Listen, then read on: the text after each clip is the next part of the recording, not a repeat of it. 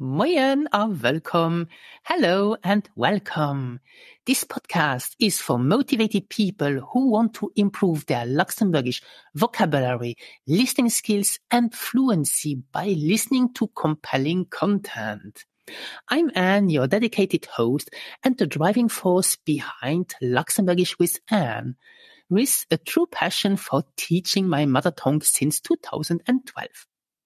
In this dynamic podcast, I'll share with you interesting short vocabulary lessons and topic conversations from level A1 to B1, and together we will build a strong foundation of the language you need to speak with confidence about everyday life topics. I also share exclusive learning strategies and insights for the Sprachentest oral exam. So join me on this exciting Luxembourgish learning journey. Bist du prêt? Are you ready?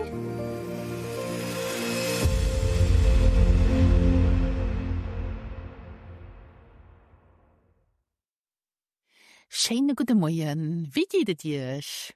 So, it is summer, endlich. So, it's summer, and I thought it would be the ideal opportunity to talk about the weather and the different activities we generally do in summer, especially here in Luxembourg. I will help you to expand your vocabulary and to make interesting sentences to use in small talk conversations. And did you know that this is also a topic of the Sprachentest oral exam? So they have a topic called summer, also Sommer/Winter. So if your goal is to sit the language exam to acquire Luxembourgish citizenship in the upcoming months, then stay tuned.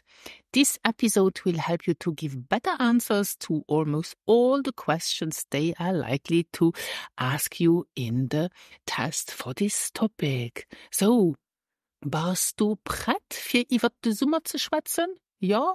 Dann lass.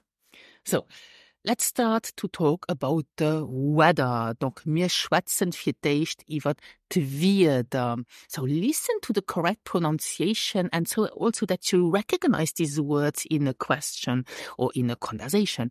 Die Wetter. Ja? Donc, die Wetter, the weather.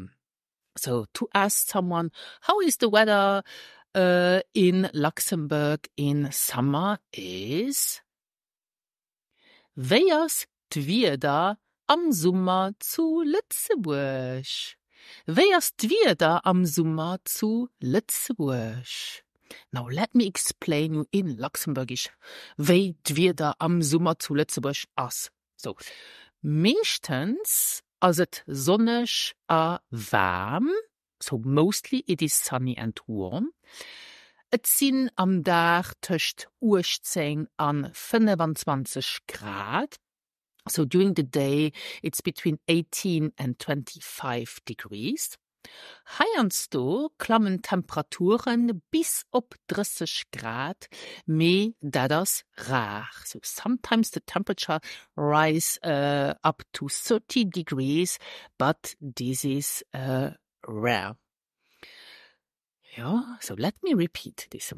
Doch wie ist die Wetter am Sommer zu Lützeburg? Meistens ist es sonnig und warm. Es sind am Tag zwischen 18 und 25 Grad. An heiensto klammen Temperaturen bis auf 30 Grad, me das rar. Du kannst auch so me das seelen.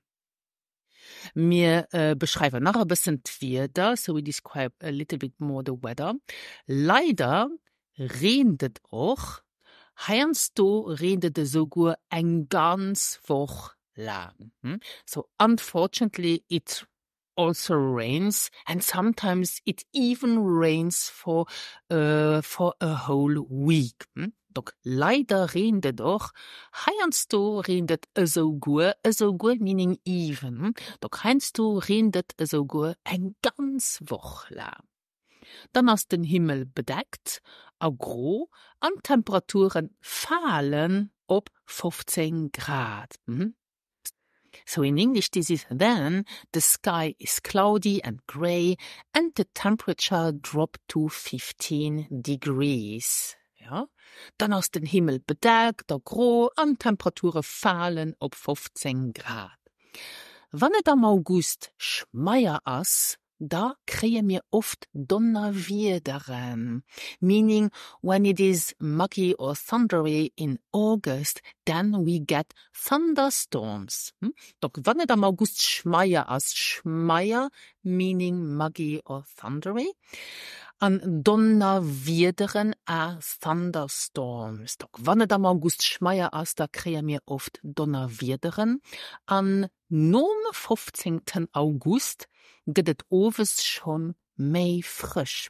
And after August 15th, it gets already chillier.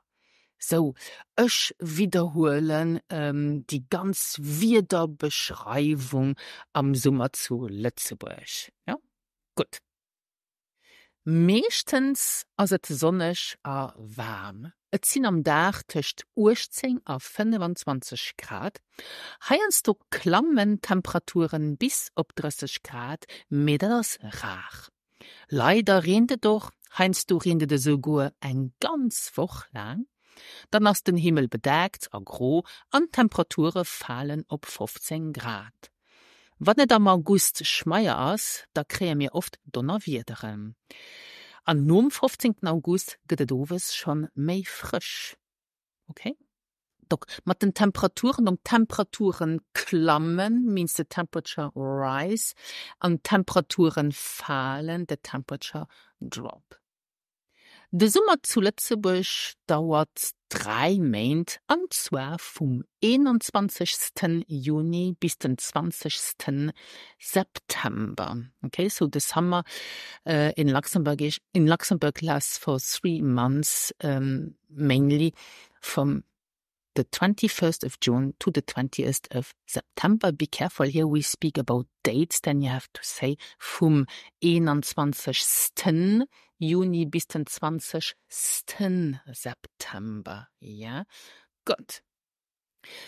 Let's talk now about the activities we can do in summer in Luxembourg. Donc, wat für Aktivitäten kann ein zu Lützeburg machen?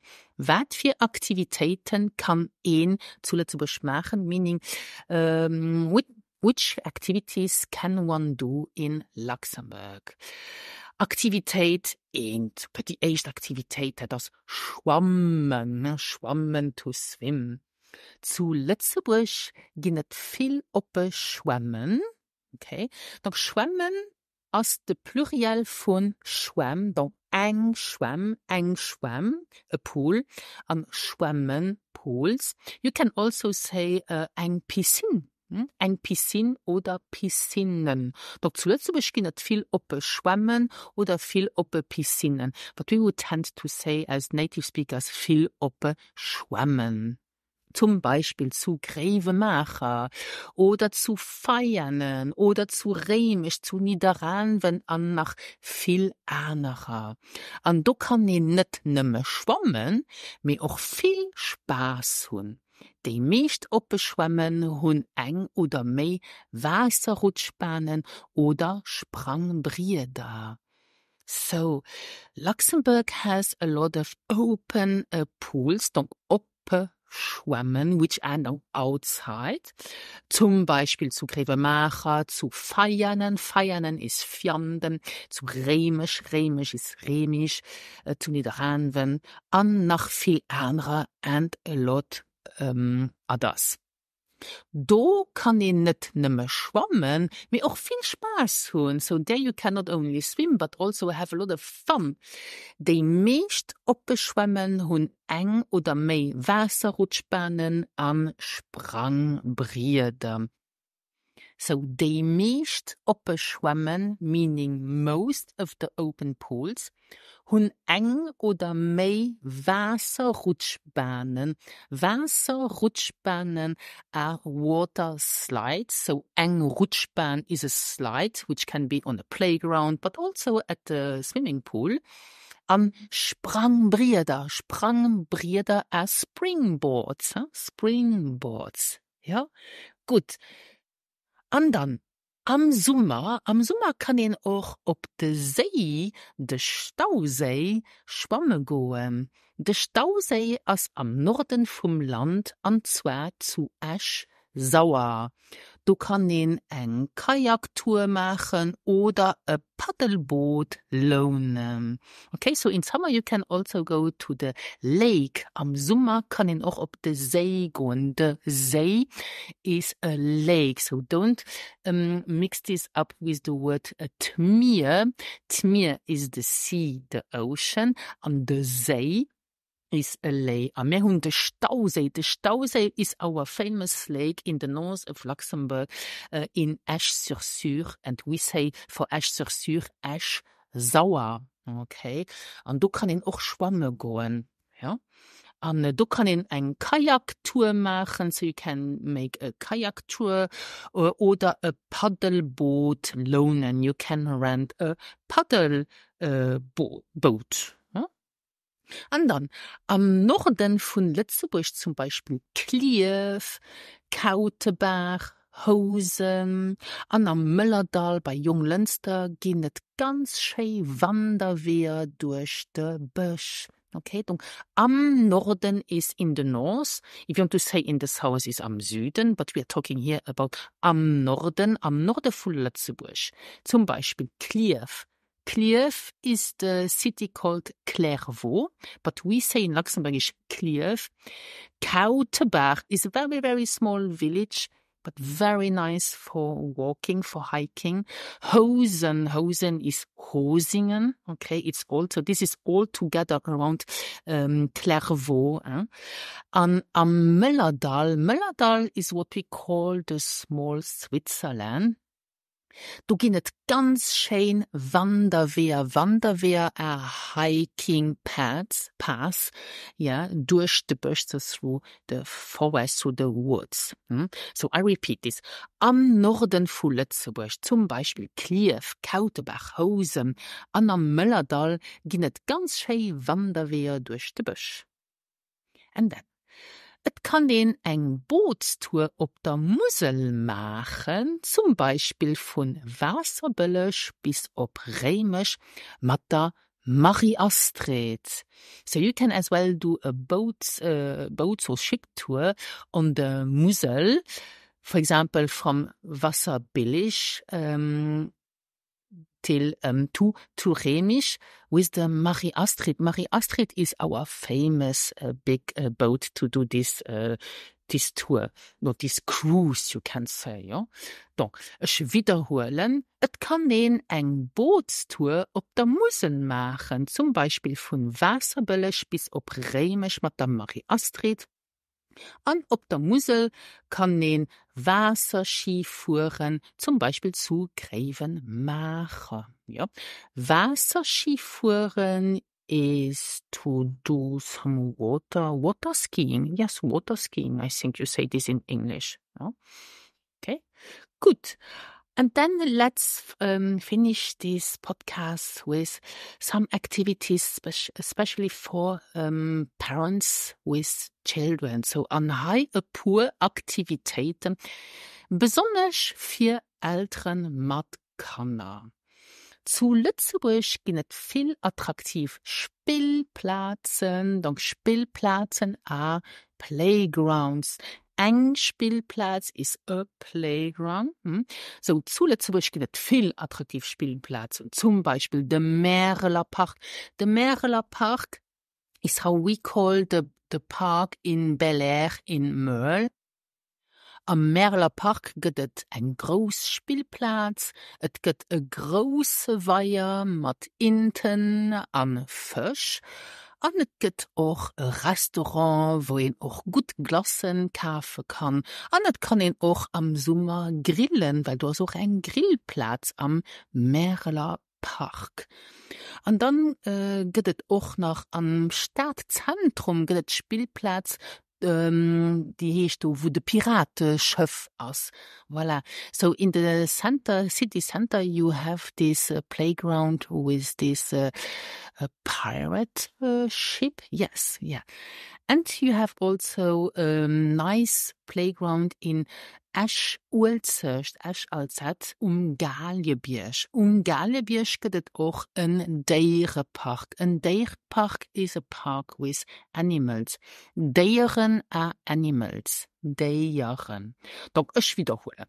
Zu Lützeburg gibt es viel attraktiv Spielplätze, zum Beispiel der Merler Park. Und dann am Stadtzentrum gibt es Piratenschiff. Zu Esch-Ulzerst haben wir de Galliebierg. An Galliebierg gibt es auch einen Dierenpark, der das ganz flott für die Kinder und aber auch für die Eltern. An nicht zu vergessen der Park Merveilleux zu Beeteburg. And don't forget the Park Merveilleux, so the marvelous park in Beeteburg. Ja. Gut, so, an zu guter Letzt means finally, könnt ihr an der Stadt, zum Beispiel an der Altstadt oder am Grund ob enger Terrasse etwas trinken gehen. Okay, so, an zu guter Letzt means finally or eventually, könnt ihr an der Stadt, zum Beispiel an der Altstadt oder am Grund ob enger Terrasse etwas trinken gehen. So, you can go in our old part of the city an der Altstadt, ja, oder am Grund is also a part of the old city. It is located in the valley below the center of Luxembourg City. You can go there by taking a lift or also by walking or by cars. And it's very, very nice there also for walking. And as well, of course, für Lützeburgische Bier oder Creme auf einer Terrasse zu trinken. Doch die könnt an der Altstadt oder am Grund Lützeburgische Bier, Luxemburgisch Bier oder Creme is a Prosecco, ob enger Terrasse trinken, ob enger Terrace is on a terrace of a café or a restaurant. An am Sommer gehen et etlich Konzerten, Festivalen, Grillfester, an Mittelalterfester Urstadt-Land. So, and we have many concerts, festivals, barbecue parties and middle-age parties throughout the country. Urstadt-Land is throughout the country. So, ich wiederhole das ganz. An zu guter Letzt könnt ihr an der Stadt, zum Beispiel an der Altstadt oder am Grund, ob enger Terrasse etwas trinken gehen, zum Beispiel ein Lützeburgische Bier oder ein Creme. Und am Sommer gehen es etliche Konzerten, Festivalen, Grillfester, an Mittelalterfester, Urstadt-Land.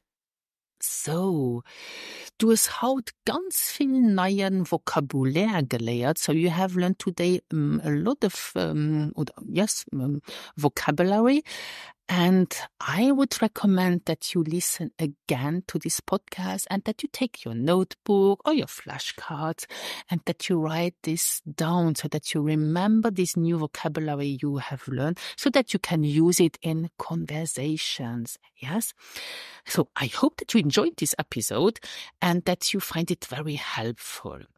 Now, if you intend to sit the Sprachentest soon and you are wondering how to know the content of the oral exam, which topics are being asked, and what kind of questions the examiner will ask you, and you would like to gain confidence in answering all these questions, for example, about the topic Sommer oder about the topic Wander, which are topics of the Sprachentest, then register to one of our Sprachentest prep classes. We are running 2, 3, or sometimes 4 classes a month, where we prepare you in just 4 weeks, if you have the level A2, of course, to successfully pass the exam at your first attempt. So we will prepare you for the topic discussion and the picture description.